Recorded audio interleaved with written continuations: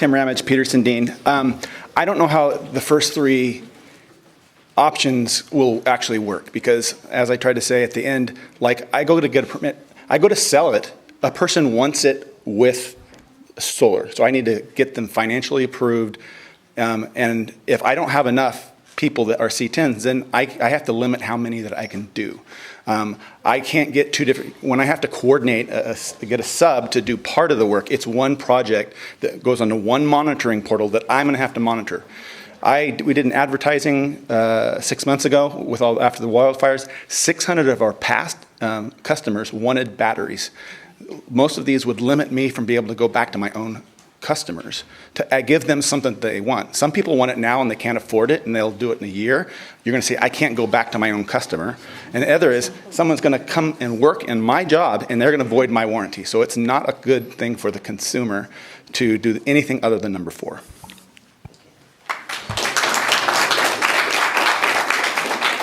All right, we're going to call it. How many more we got? 2, 3, 4? All right, something new, right? We don't want to beat that dead horse. Todd Tyler. I'm a 22-year California State certified electrician.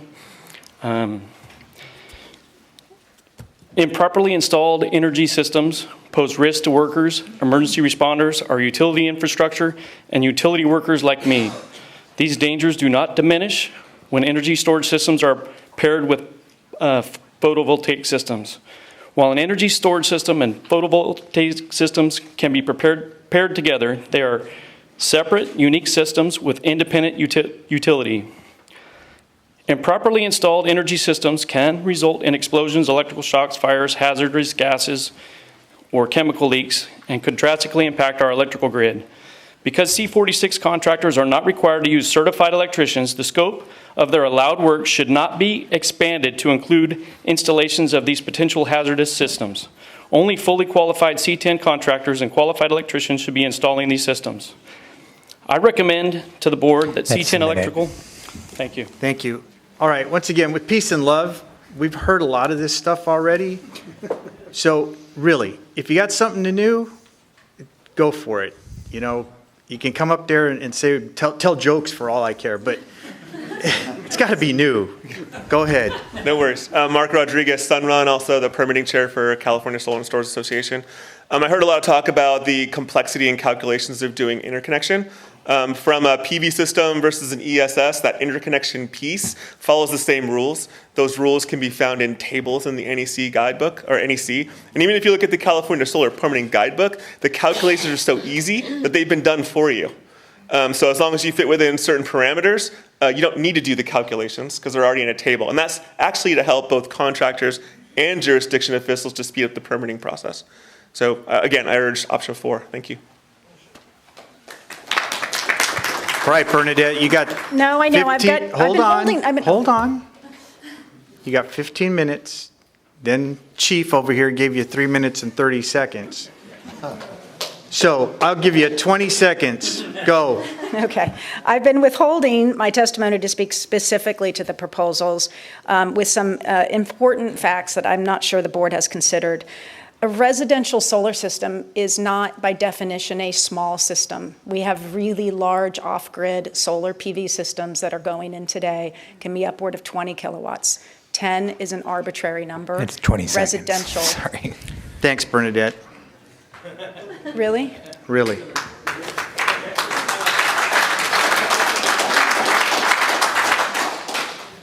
Just really specifically on both options 2 and 3, there's a clause in there that basically says no upgrade or alteration is made to the existing electrical system of the structure.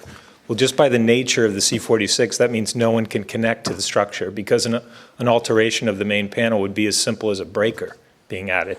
So just as they read, they don't make sense. Option 2 and 3, you can't vote for them just as they read. Or C46s won't be able to do anything.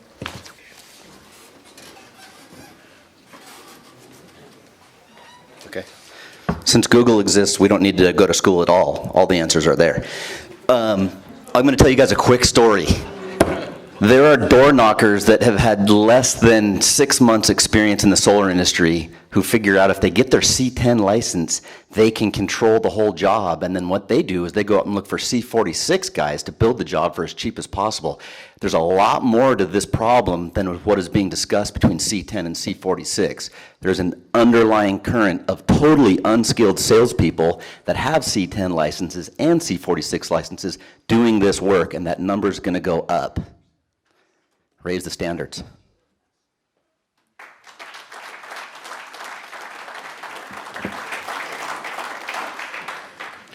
Joe Kane, Solar Energy Industries Association. You've heard about Hawaii. Nevada's C2G subclassification states that PV contractors may install PV cells, batteries, and inverters used in the conversion of solar energy into electricity.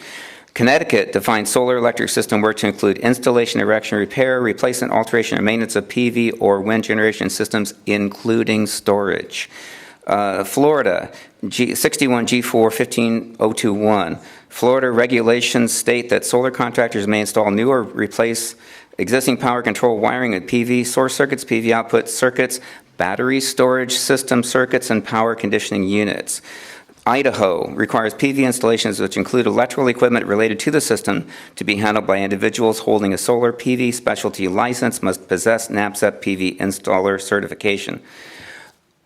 Proponents of option 4 are not asking you to take anything away from anybody. Option 4 is fine. Don't split the baby. It kills the baby.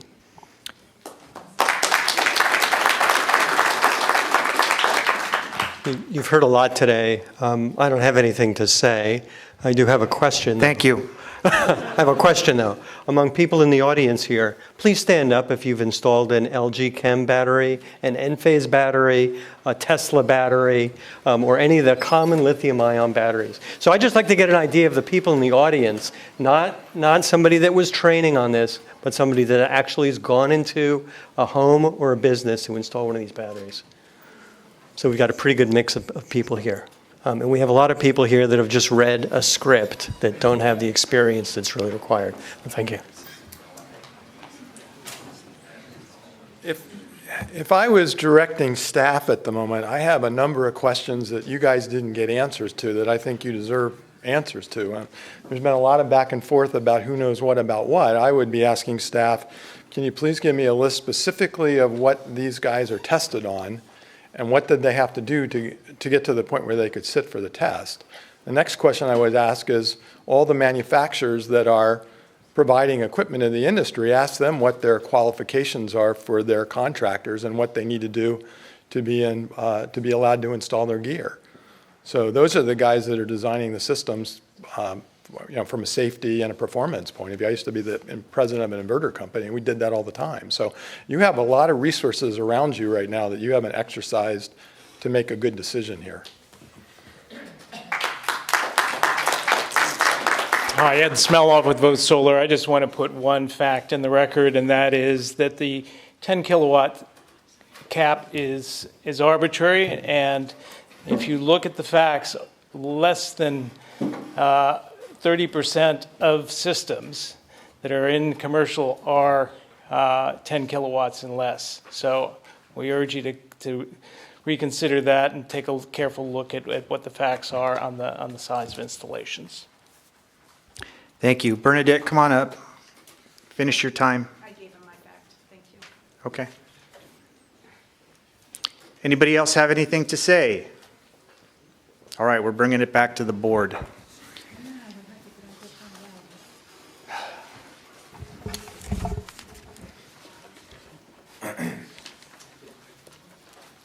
So we've listened to quite a few people today. We've got letters from city leaders, letters from the legislature. We had a well-respected former DAS chief talk about training. We had first responders who had concerns over safety.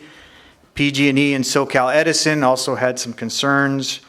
The building officials, they had some ideas and concerns as well.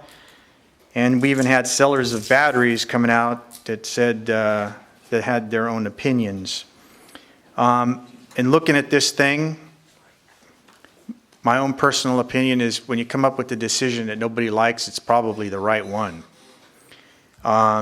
So for what it's worth, I'm kind of a supporter to start discussion, I'm a supporter of number 2. So we'll start with David. What do you got? The last gentleman who came up, the last speaker, mentioned that the 10 kilowatts was too low. What would be acceptable in your opinion?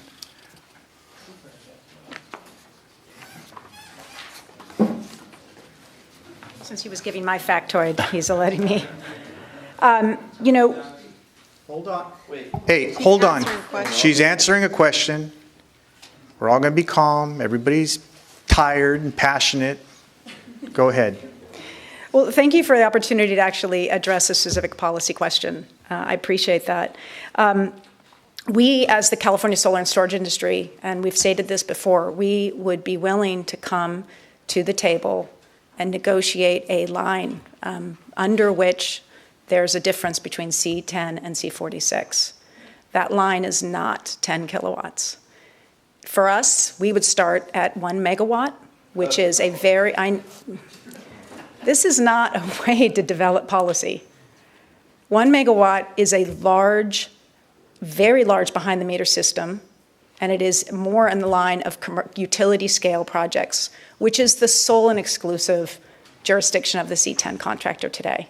We are doing a lot of solar in this state that is all utility scale in front of the meter. The C46 doesn't go there. If you want to split this market and be fair to everybody, you'd start at 1 megawatt. We can work our way down, but it's got to be based in facts. It has to be based in the safety questions that we have been trying to raise, and we've brought a lot of experts before you, not just the manufacturers of the storage devices.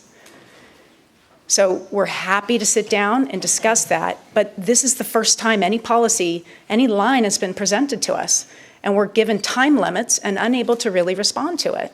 And there's no facts that are leading to that 10 kilowatt. It's totally random. Okay, thank you. Thank you. I'm sure I'll think of something later. So.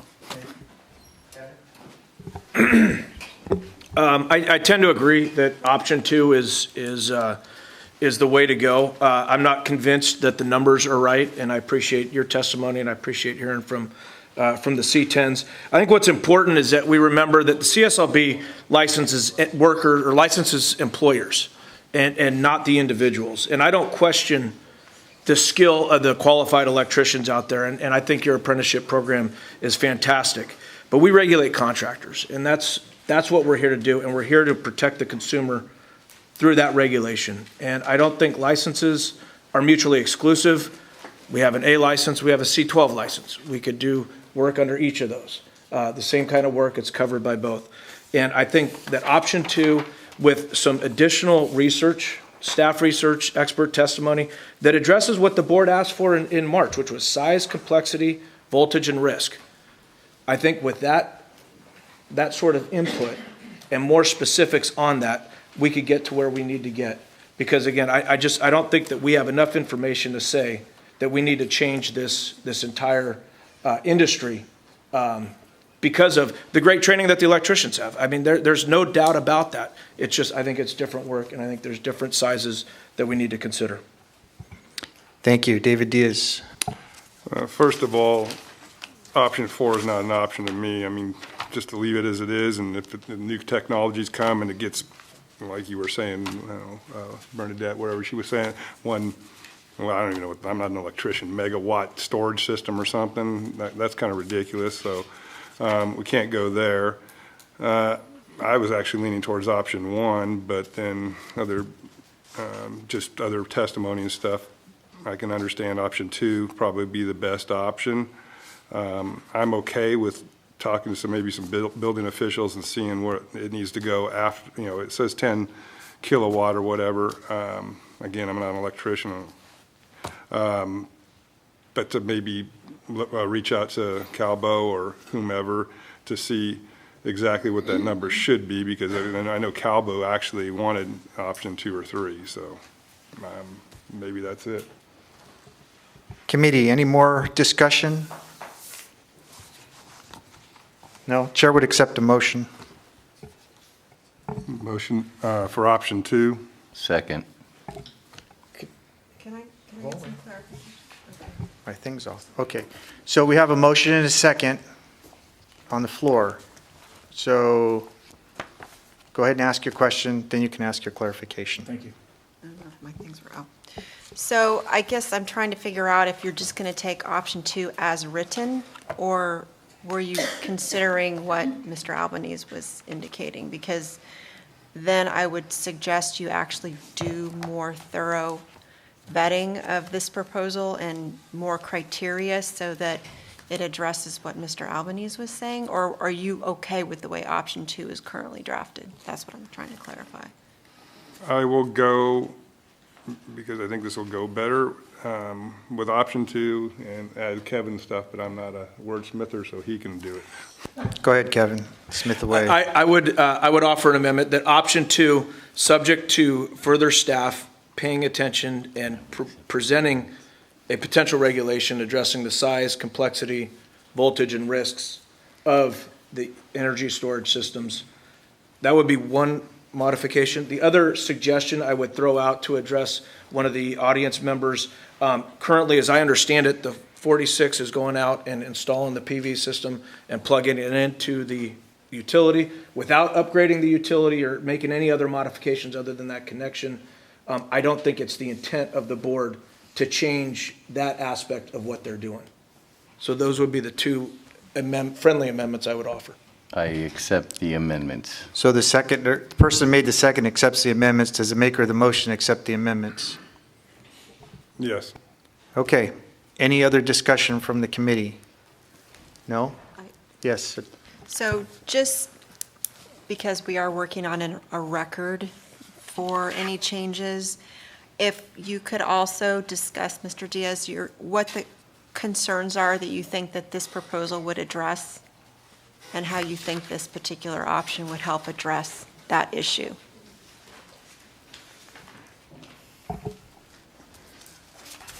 Well, it was brought to my attention that the 10 kilowatt restriction will only limit PV and energy storage systems paired, not PV only. So that's one thing that we wouldn't have to worry about, because PV systems only would still be under the C46. I'm just because what these guys said, wondering about the 10. Is that the right number? I don't know. If 10's the right number, let's go with it and just leave it at 10.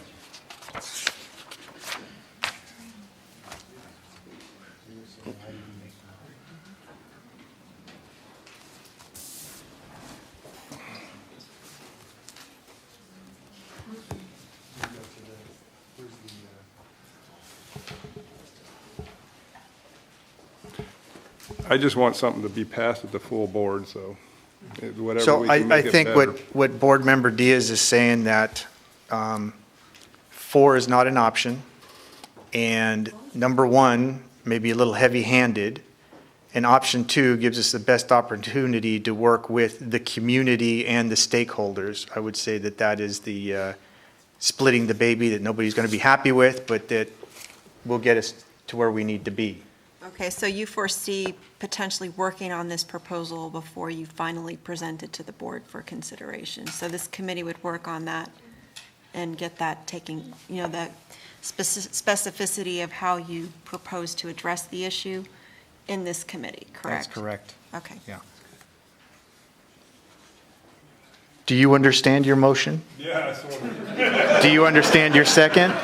I do, so the numbers are going to be, the numbers will still be Right, we want the ability to work with the talked community about. at Right, there large we go. as it goes Okay, forward. duly noted. Kevin? If I may, I think that the whole purpose of option number 2 and studying it further is that we don't have the specifics to say this is where the line is. We're dealing with, from a residential house system to a utility grade, multi-megawatt, whatever. I'm probably demonstrating my ignorance about electricity. So I think without having that finite information, basically using a scalpel to fix this as opposed to smashing a fly with a sledgehammer. That's my thought behind it. And through the chair? Okay, I didn't know if you were awake. I understand that probably residential systems, maybe I'm wrong or whatever, but with the multifamily and stuff, might get bigger than that. And so, but I don't know how big. And that's what we need the experts for. So, and maybe it is at the 10. I don't know. I don't even know, honestly. I don't know how many watts it takes my iPhone to charge, so whatever. Okay, so now that the board has totally ripped it up to shreds, committee, it's open for public discussion. Anybody have a question or a comment on the motion on the floor? 1 minute. Yeah, hi, Scott Witcher on behalf of the State Association of Electrical Workers. That was very confusing. It seems to me that what Commissioner Diaz's motion was, and see if I got this right, is to recommend option number 2, but leave it up to the full board to decide the size threshold. That seems to me what the motion was, and I just wanted to have clarification from Mr. Diaz if in fact that's what the recommendation Yeah, I just want to make sure that what is recommended through staff and everything, that we bring it to the full board, and the full board will decide on that. No, so to clarify, so this Yes. stuff isn't ready for the board yet? No, but it'll have to go to the board. Right, let me just clarify. Typically, in my experience, the committee does the heavy lifting of clarifying and specifying the proposal before it's presented to the full board. So we typically have the committee work the proposal, get the specificity done. If the proposal as currently drafted is not sufficient, I would recommend that it go back to staff to work with stakeholders to, make changes to address the concerns you've raised. Bring it back to this committee for further discussion and deliberation before the final recommendation is made to the board. Because the board usually doesn't do that part of it. They look at the final proposal, and that's what committee work is for, is to make that specificity. I get that, but my motion or whatever, my motion isn't to go and open it wide open again. It's not to increase, it's right now it says residential. It doesn't mean now it's going to go to some kind of Right, whatever. so maybe you Solar need to array out in restate the your desert motion that- so or it's anything clear like that. that you want to restrict installation to the C46 to residential units and have staff explore the size, complexity, voltage, and all the other criteria listed and you just mentioned, and bring it back to this committee for further discussion. And will we do that before the next board meeting? That's up to you. Augie? We can certainly meet before the next board meeting, Follow me. but still public comment. What else you got, public? Good morning, or good afternoon. Bob Raymer with the California Building Industry Association. Our association builds a little over 90% of the new single-family dwellings built in California each year, and we're strongly in support of the direction you're headed with number 2. Thank you. Hi, my name is Megan. I'm here with all the mom and pop solar contractors. I love you all C10s. We use you guys a lot in installations. A 10 kilowatt would limit our ability to install batteries. I'm in PG&E territory. We can't do wells, so whoever made that well comment with batteries is hilarious. But we do have people who need lights on. They need refrigerators on. They have people who are on auction tanks. We don't have enough C10 contractors in our area to be installing these batteries. We are waiting right now to get a bid for a main electrical panel 2 weeks out. We don't have time for that, and we're running out of time. Thank you.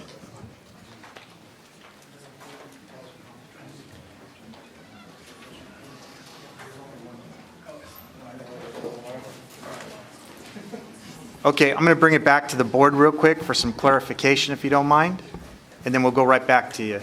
Just a quick process question, mainly for Christie.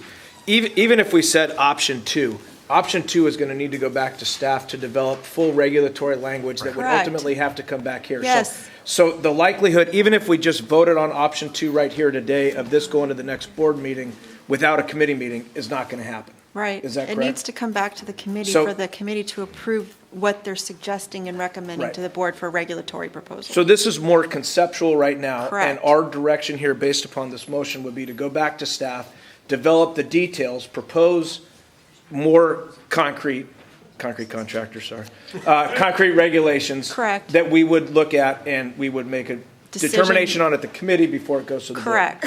So the likelihood of this going to the board at the next board meeting is about slim and none, under any circumstance. Well, if you have another meeting between Unless we now have and another meeting. September. All right. And staff needs the time to put the Text. the text in, the proper text. So, once again, so let me clarify. This is a regulatory thing. So, what staff has in there is not, it's all concepts. So staff's got to work with industry to get the details in, then it comes back to us, then we vote it up to the board, would be the proper way. So, I know there's people out there who are concerned, who want to get it to the big board right away, but we have to cross our Ts and dot our Is for the good of everyone. Go ahead, sir. Kind of reminds me when I'm speaking to our battery customers that there's a lot of confusion about the difference between kilowatts and watts and kilowatt hours, power and energy. I'm sure the solar industry C46 contractors and the C10 contractors would welcome the opportunity to provide a little bit of education for the board who's making such an important decision about what these specific 10 kilowatt, 5 kilowatt, 20 kilowatt hour numbers mean. So we'd be happy to help out with that so that at the when this vote is done, the board understands what these systems really do and what their capacity is. Thank you. Hello, board. Mark Rodriguez, Sunrun, also CALSA. I'm looking at option 2, and I have a kind of a question. We're restricting the size, and then we're also restricting the zoning to residential units. I would contend that it doesn't matter what the size is, the system's still the same. I still deal with basically similar voltages. I might have to deal with 3-phase, but I understand 208 just as well as I understand 240. That's all part of my solar calculations, which don't really change with the addition of an ESS. So for this option 2, I would urge the board to consider a restriction on the size, if that's what we're going for, but I wouldn't restrict the zoning, because it really doesn't matter. It's the same either way. Thank you. Anyone else? Going once? And everyone, since we're zeroing in on option 2 and there's a size question and it sounds like there's a lack of familiarity. So it's a motion, so we either vote it up or down, yes or no. Right, but then the process happens after we decide yes or no, then staff works on the process. So really, if you guys are making comment right now, it's vote yes for it or vote no for it. That would be the appropriate comment. Yes, I understand that part, but the motion itself has a very vague aspect, which is the size is TBD. And I just wanted to make one comment about size of residential, and that is 35% of Californians live in multifamily housing. When I'm called in to do a multifamily job, the average size of that is 200 kilowatts. So that's a big difference between what's in option 2 as currently written. And I just want you guys to be thinking about that from a staff perspective. Thank you. I'm Jack Ramsey. I'm a C10 and a C46. I don't think the C10s, I want to vote no because the 10 kilowatt storage limit is really off base. I don't think these C10s really understand what a C46 does as far as we babysit homeowners. We read their electric bills every year. It's a long-term relationship that's not just electrically coming in and plugging stuff in and leaving. It's a symbiotic relationship that lasts a long time, and I think if you'd be better to figure a way to bring the C46 classification up so that a limit on current or something like that, rather than just throw the baby out with the bathwater, because a lot of these people, I monitor hundreds of systems, and I don't think these people are really set up to do this. It's a long-term relationship. Thank you. I'm voting no to option 2, and this is why. The International Fire Code set that limit at 20 kilowatt hours, just arbitrarily setting it at 21 kilowatt hours in 608.1, which refers you over to 608.3 for the maximum allowable capacities of 600 kilowatt hours, again, is arbitrary. 690.1.6 in the code sets it to 5 megawatts before using a professional engineer. So again, no changes at this time, please. All right, going once, going twice. Mr. Chairman, call for the vote. Thank you. Okay, so we have to restate it. So it's my understanding that option 2, recommend directing staff to prepare regulatory language to permit C46 classification to install battery energy storage systems on specified residential units with restrictions, adding what, Kevin? You had something you were adding to that. Did you write it down, Chief? Subject to further staff paying attention and addressing size, complexity, voltage, and risk, it is not the intent of the board to change the aspect of any contractors who are connecting to utilities, who are installing PV systems. Yes, and I guess the only other comment is I would leave it to staff in these discussions on the residential component, how that. Right, they're going to work it out. They're going to work it out. Yeah. So just because it's residential now doesn't necessarily mean that needs to be part of the final version. Correct. David, that's your motion? No, actually, I'd like to keep it residential. Well, no, it's in there. The word residential is in there. No, staff is going to work it out. You understand that? Yes. Okay. We're going to call for the question. Just for clarification, so these are just concepts. This is not regulatory language at all by any means. Language will be coming back to a future meeting where we'll have further public comment on it at that time. Thank you. Felice? Augie Beltran. Aye. Kevin Albanese. Aye. David De La Torre. Aye. Dave Diaz. Yes. Motion passes. Okay. There's one thing left, and that's the motion to adjourn. So moved. I have a motion from Albanese. Second. Second from De La Torre. Anybody got a comment? Public comment? Felice? Augie. Aye. Kevin Albanese. Aye. David De La Torre. Yes. Aye. Dave Diaz. He's unanimous. He said aye. We're adjourned.